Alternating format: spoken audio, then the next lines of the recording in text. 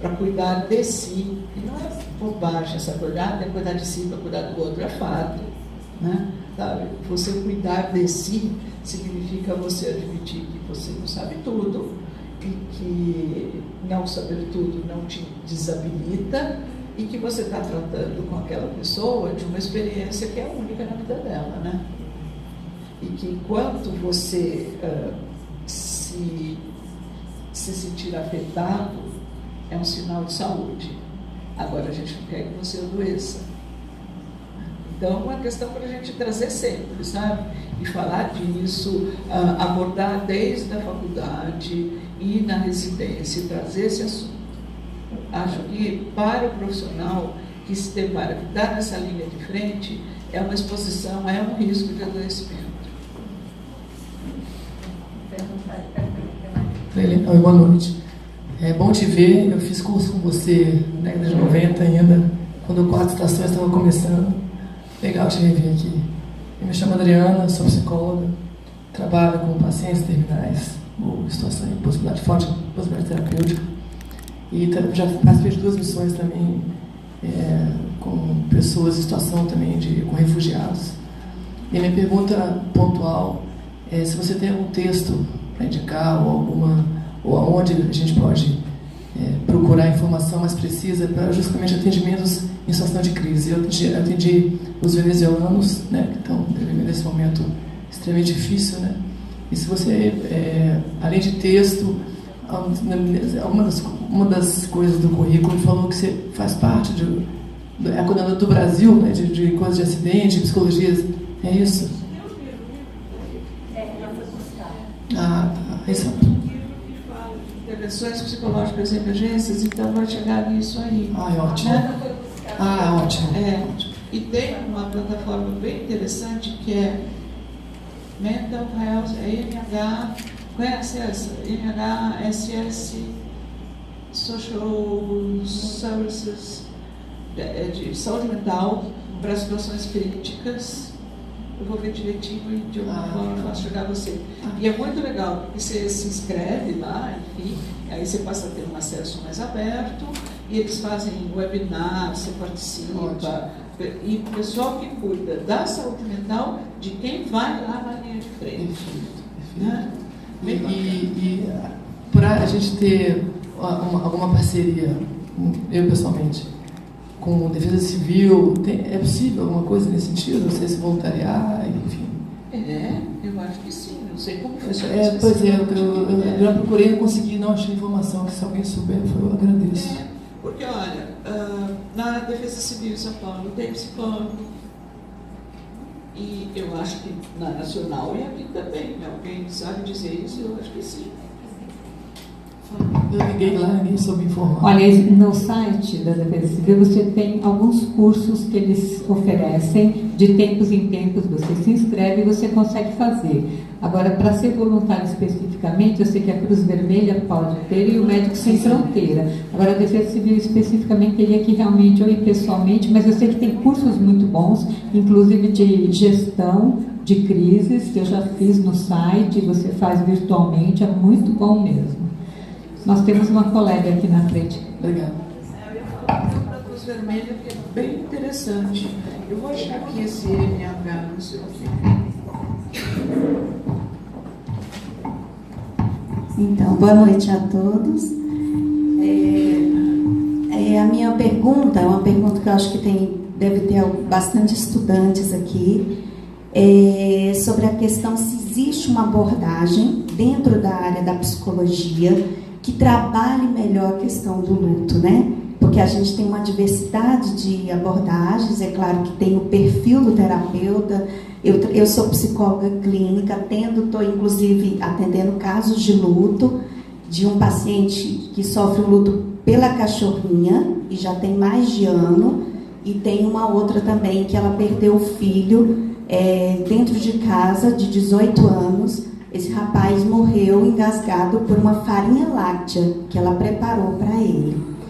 E ela deixou o café dele pronto e saiu de casa. E isso era por volta de 9 horas da manhã, e quando ela retornou 1 hora da tarde, o rapaz de 18 anos estava caído dentro do carro. e tinha... Então, é uma situação assim muito difícil, né? Porque a gente sabe que é aquela coisa que você falou da empatia, né? Você se colocar no lugar do outro e entender essa dor. E como eu tenho visto esses casos clínicos, né? A minha abordagem é uma abordagem mais psicanalítica, mas eu gostaria de ouvir de você, assim, se tem uma abordagem até que eu acho que vai contribuir para muitos estudantes aqui. Olha, eu não sei dizer uma que seja melhor, mais adequada. Eu digo que, como eu trabalho com a teoria do apego do Bowlby, ela faz sentido para mim. Ela faz sentido e tem os neo-bowlbianos, que tem alguns desenvolvimentos muito interessantes, que têm conversado com neurociência, que aí acrescenta mais coisa ainda para entender. Então, eu posso dizer da teoria que eu conheço e que eu pratico e estudo, que é essa teoria. Então, fica difícil dizer, como você mesmo falou, depende da formação de cada um, né? Então, você, com a psicanálise, você pode encontrar leitura e estudos que satisfaçam a sua necessidade de conhecimento, né? Eu acho difícil fazer comparativamente, eu digo assim da que eu conheço e que me atende bem, não é? Algumas não se ocupam tanto do ponto de vista de fundamento teórico, né? Mas eu só posso te dizer por aí, tá? Apego de John Bowlby, B-O-W-L-B-Y. L-B-Y. B-O-W-L-B-Y.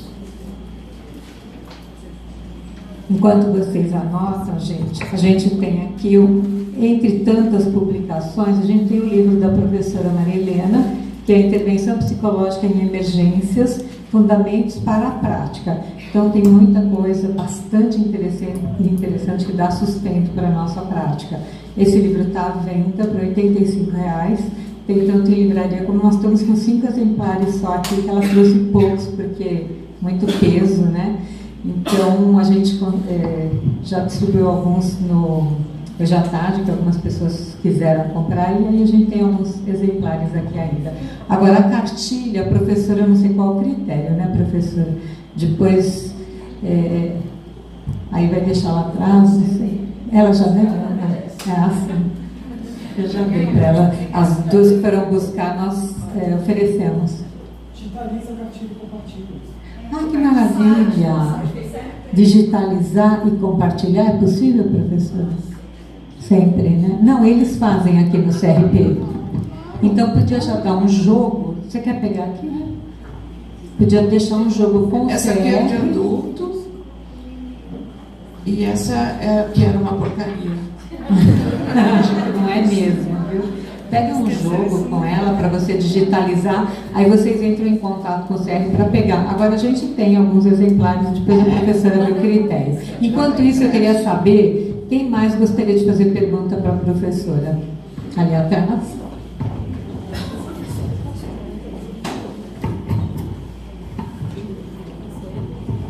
Boa noite, me chamo Francisco. Eu vou falar sobre uma parte que eu acredito um tema que você não chegou a comentar a respeito, que é com relação à questão de medicalização, né? Assim, diante da importância do luto, né, expresso, como você fala, hoje assim, a gente tem visto que está bastante comum as pessoas utilizarem medicamentos como calmantes para poder amenizar a perda inicial, certo? E a minha pergunta, assim, até certo ponto a gente sabe que é extremamente necessário, em alguns casos, as pessoas serem sedadas devido a questões emocionais muito grandes no momento. Mas a minha pergunta está relacionada à questão desse impacto do ato de se tomar o medicamento, até que ponto que ele causa um impacto negativo no próprio processo de vivência do luto, né? Sim, eu acho muito oportuna a sua pergunta, e ela está ligada à questão da gente não usar mais a nomenclatura patológica. Porque era direto e reto. Quando, por alguma razão, se entendia que era luto patológico, pimba, antidepressivo, né? E agora, quando a gente fala muita calma, nessa na hora, veja direito o que é isso, porque pode não ser para antidepressivo. Porque eu sou psicóloga, eu não sou prescritora. Né? E eu preciso ter uma boa conversa com o psiquiatra para a gente conversar a este nível. Né? A boa notícia é que o antidepressivo não funciona para o luto, mas você está dando uma mensagem errada para o enlutado. Você está dizendo que ele precisa de uma coisa que ele não precisa. Né? E quando você diz não dormir bem muitas noites não é legal, vamos ver se tem alguma coisa para você poder dormir bem. Porque não dormir bem não é legal para ninguém de nós, né? Não precisa estar enlutado. Se não tiver com o seu sono em ordem, você não vai bem o resto do dia. Né? E é comum o enlutado ter um problema de sono. Nesse aspecto, é um que eu sou simpática vamos conversar sobre alguma coisa para essa pessoa poder dormir bem. Se ela não dorme bem, ela não consegue fazer mais nada. Né? E isto é uma coisa que pode ser admitida. Ele sabe que ele não está dormindo bem. E quando você chega e fala assim, você está com depressão, ele vai tomar um antidepressivo, ele não sabe que ele está com depressão. Ele sabe que ele está triste, que ele está chateado, que ele não quer conversar com ninguém, ele está irritado e não sei o quê. Né? E quando a gente diz isso, a gente primeiro está dando uma informação errada. Né? Eu já conversei com um psiquiatra que falou assim, precisa dar antidepressivo para essa mãe, porque ela perdeu o filho e ela não para de chorar. Mas detalhe, doutor, ela perdeu o filho faz 2 meses. E ela não pode. Você queria que ela tivesse parado de chorar hoje? Por quê? Né? Sabe? Então, quando a gente corrige a informação, a gente faz psicoeducação o tempo todo, né? Para corrigir essa informação, que é para acertar a mão na hora de ver se é necessária a medicação, não é necessária a medicação. Né? Eu tendo a ser muito conservadora em relação a isso. Eu preciso prestar atenção, porque eu sou muito pé atrás. Né? Como eu falo, a coisa que eu sou mais assim, que eu toco, que eu acho que é interessante, é no caso da pessoa não conseguir dormir. Né? E também tem medicação para dormir que não causa dependência, que ela é muito pontual, regulariza o sono, pronto, daí pode tirar e a pessoa dorme bem. Né? Pensando que é muito prejudicial para essa pessoa em tudo, no seu dia a dia, se ela não dormir bem. Né? Mas quanto a patologizar uma experiência que é dolorosa, é triste, transitoriamente até incapacitante, eu sou completamente contra. Não. Vamos ver com cuidado. Tá? Alguma pergunta a mais?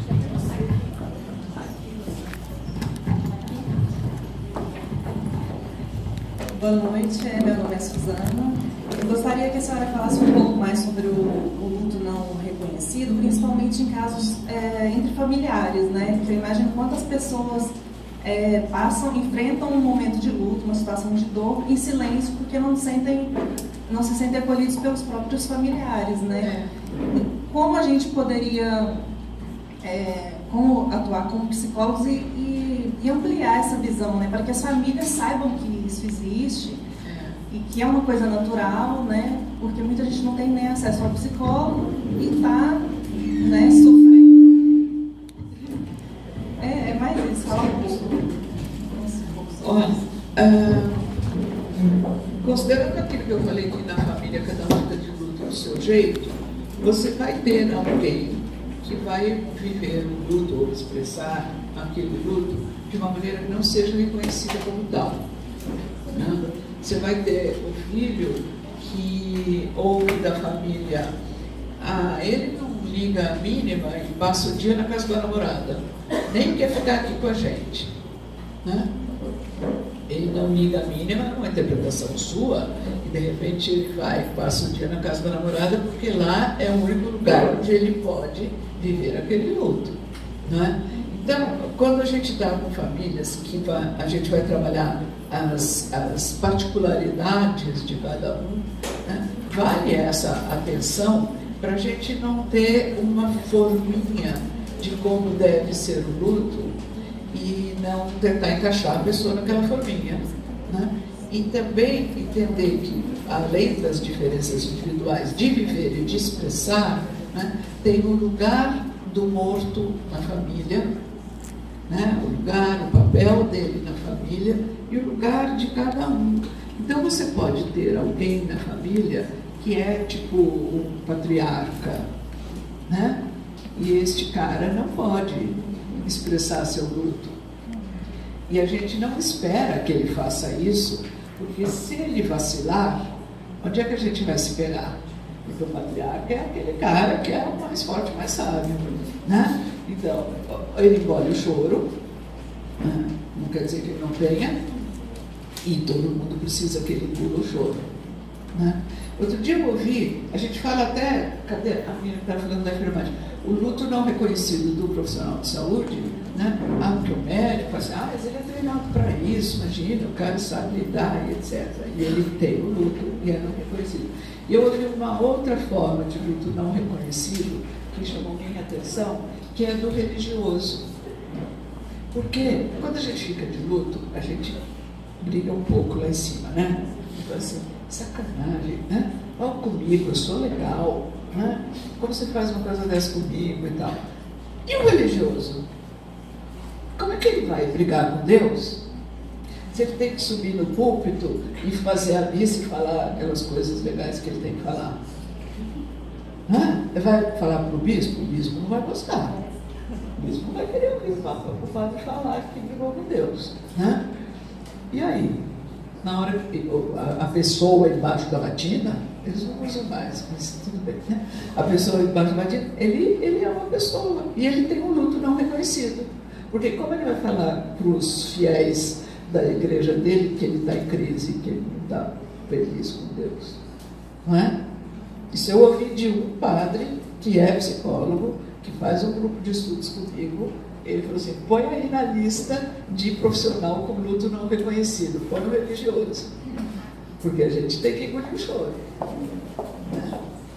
Gente, são 9h30 e eu queria saber se mais alguém tem alguma pergunta, porque nós temos que puxar, eu vou então, se vocês me permitirem, só essas duas, depois devolver a palavra para a professora se ela quer fechar com mais algum assunto. Ela está desde cedo, veio de São Paulo, passou a tarde toda dando aula hoje, amanhã terá o dia inteiro, então a gente tem que cuidar dela também um pouquinho. Então eu vou, se vocês me permitirem, essas duas perguntas e retomar a palavra para a professora. Tá? Boa noite. Eu gostaria de saber como trabalhar o luto frente à culpa no caso de suicídio. Ela só pegou um assunto de 2 dias e meio, mas tudo bem, né? De ambos. Primeiro, vamos só cuidar de uma coisa. Vamos nos acostumar a falar sentimento de culpa. Né? Porque quando a gente fala culpa, é culpa. E a gente está falando de sentimento de culpa, sentir-se culpado. Né? A gente não pode ficar nesse lugar de culpar ou desculpar. Né? É uma interpretação que a pessoa faz sobre o que ela fez, o que ela poderia ter feito. Né? E o principal motivo que me trouxe aqui, nesta vez, foi trabalhar essa questão do suicídio. Né? Agora, como a Rosana brincou, falou quanto que dura para a gente entender esses assuntos, este é um ponto crucial para a gente trabalhar suicídio, luto por suicídio. Né? E se você for pensar, você como terapeuta e você como amigo da pessoa, o amigo da pessoa fala assim, não, imagina, você foi legal, você fez tudo o que você podia, né? Você foi um pai exemplar, não, você foi bacana. O amigo fala isso, o terapeuta não fala isso. Né? Porque o terapeuta não cabe nesse lugar de desculpar, de justificar. Esse não é o nosso papel. Né?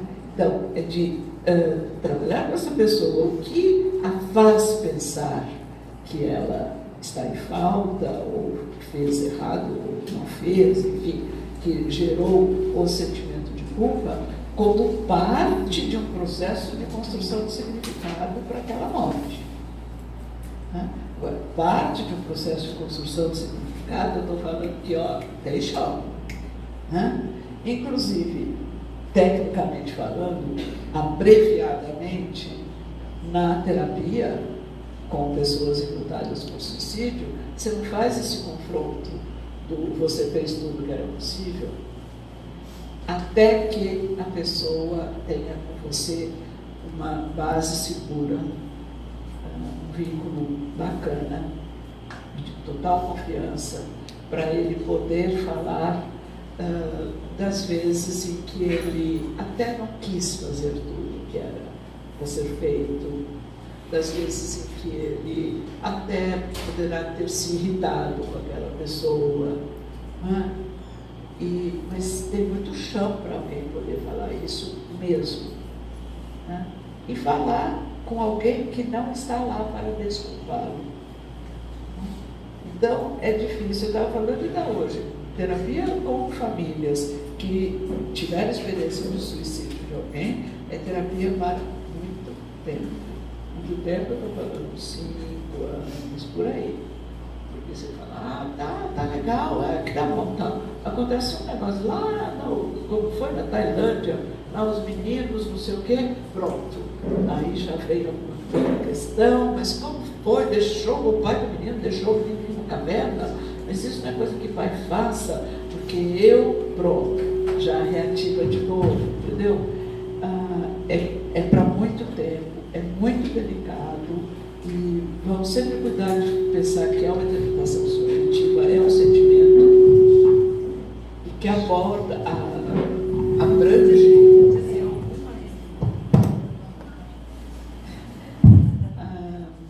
traz à tona os sentimentos ambivalentes que a gente tem em todas as emoções, né?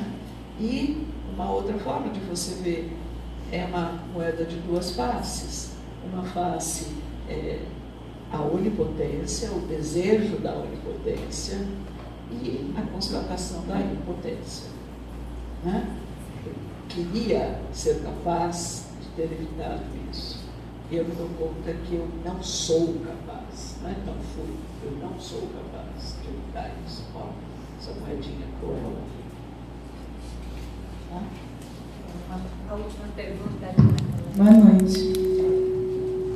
Meu nome é Amanda, eu sou psicóloga hospitalar, estou com algumas colegas também que trabalham na área hospitalar, e a gente lida muito com paciente também em fase terminal, né, um termo assim para generalizar, e minha dúvida é assim, falando em situação de crise, né, nós somos muito demandadas para atender no momento do óbito do paciente, e mesmo quando esse trabalho já vem sendo feito, né, pelo trabalho que a gente faz, a gente vê que a família tem aquela mobilização, às vezes tem algumas reações emocionais bem extremas, né, que a gente tem dificuldade até para lidar. E aí eu queria saber assim da senhora como que seria, o que seria válido na intervenção do psicólogo nesse momento, já que tem uma dor ali presente, que a gente não vai poder tirar essa dor, né? Mas nesse momento de crise, no momento que ocorre esse óbito, a gente é chamado para atender, qual seria realmente o foco da nossa atuação com essa família que está lá? Não é para dar notícia, né? Não, a pessoa acabou de falecer, Tá. Ou está falecendo. E está informada, né? Uhum. Tá. Tem algumas variáveis aí, né? Qual é a frequência, a constância, a proximidade que o psicólogo tem com aquela família, né? Porque a gente acaba se ligando e conhece a família, algumas coisas que são mais delicadas e tudo mais. E temos que admitir, algumas pessoas são especiais. Algumas pessoas têm algum significado maior para a gente. Aquela ideia de que a gente não pode se envolver, não é assim que funciona, né? Tá? Porque acaba que a gente é meio uma caixa de ressonância daquilo, né? Alguns casos nos tocam mais por motivos X, que não vem ao caso, né? E a gente não pode perder de vista que a gente está presente ali no cenário, sim, e que faz diferença para aquela pessoa, né? Olha, nessa perspectiva, trabalhos que eu tenho feito com hospitais, com esse foco, eu penso numa coisa de situação de descompressão para esse profissional. Qual é uma situação de descompressão para ele depois desse momento? Tá? Assim, institucionalmente estabelecida. Você teve lá o tempo com a família, que acabou de saber que estava muito mal, e teve o outro que chegou, e a família tem conflito, e você ficou lá, às vezes, 15 minutos, às vezes 3 horas. Tá? Institucionalmente precisa ter a permissão, a condição para a descompressão. Como?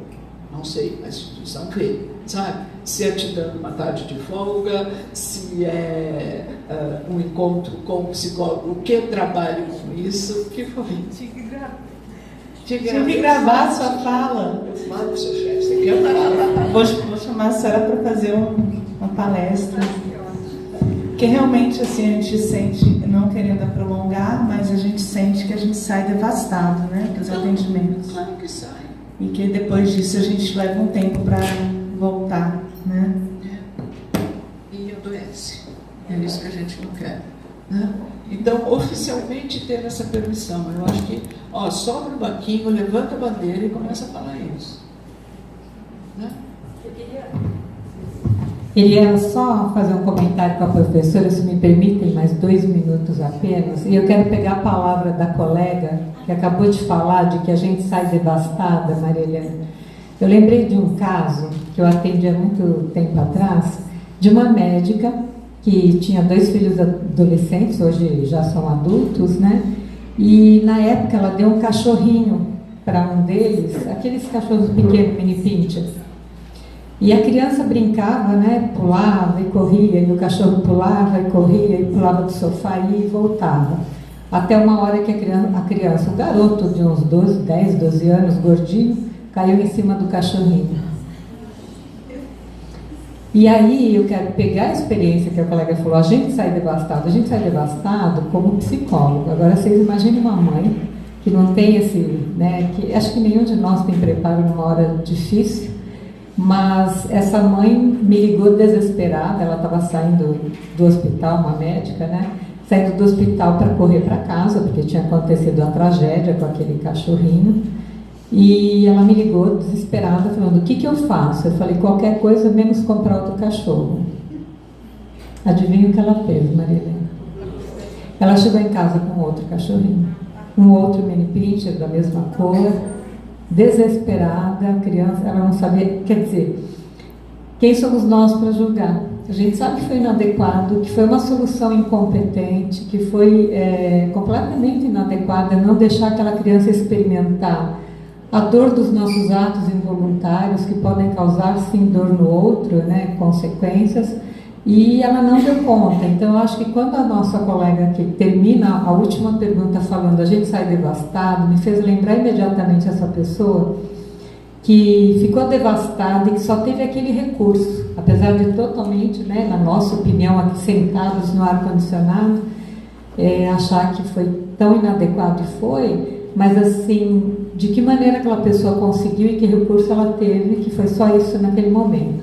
Então, como é que nós vamos trabalhar essa pessoa a partir do que ela conseguiu fazer? Eu acho que toda essa colocação brilhante da professora Maria Helena, que eu tenho muito a agradecer, o CRP tem muito a agradecer, nós lotamos aqui, tinha tanta gente em pé, sua presença realmente para nós é um brilho, muito obrigada. E eu vou deixar a última palavra para ela e depois a gente vai dar aquela salva de palmas maravilhosa para ela. Eu queria a tua última palavra, Maria Helena.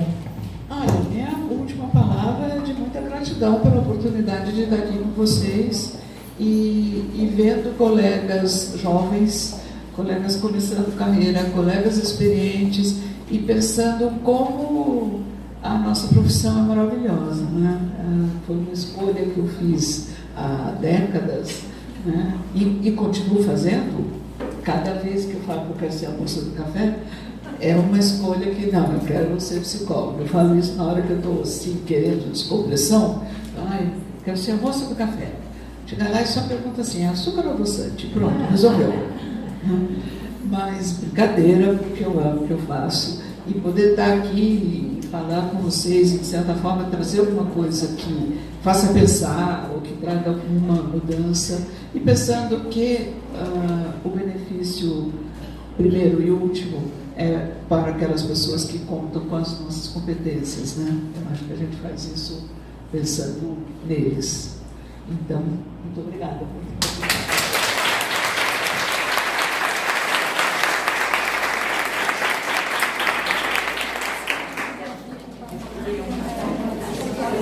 Gente, ó, tem as cartas.